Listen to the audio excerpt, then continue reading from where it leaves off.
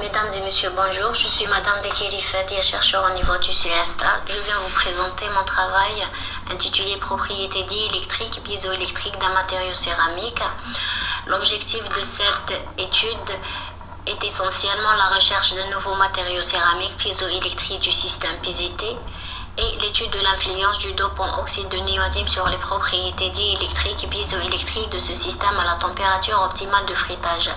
Dans ce travail, toutes les espèces sont préparées par la méthode céramique suivant plusieurs étapes successives présentées dans le schéma de la figure 1 et les compositions de notre espèce sont exprimées par la formule en rouge où le X présente la quantité de néodyme qui se varie entre 0 et 0,05 mol.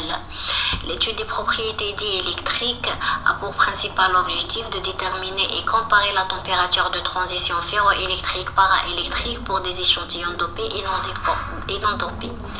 L'évolution de la constante diélectrique en fonction de la température est donnée dans la figure 3. Dans l'ensemble, il apparaît que les courbes des différents échantillons dans les trois températures de frittage présentent la même allure.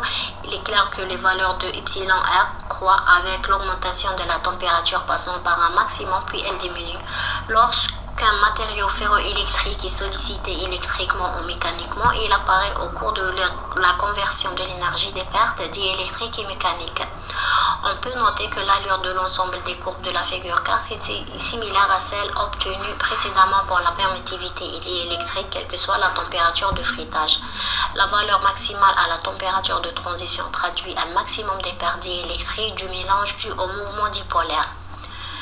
L'étude des propriétés piézoélectriques d'après les courbes de la figure 5, il est clair que le facteur de couplage électromécanique planaire Kp et le coefficient piézoélectrique de chaque croît avec l'augmentation du taux de néodyme et prend des valeurs maximales à la composition dopée à 3% de néodyme.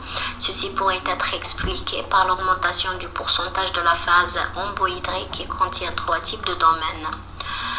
Qu'en conclusion, on peut dire que la constante diélectrique, le facteur de couplage et le coefficient piézoélectrique augmentent avec l'addition de néodyme et ils font une pointe à 3% puis ils diminuent.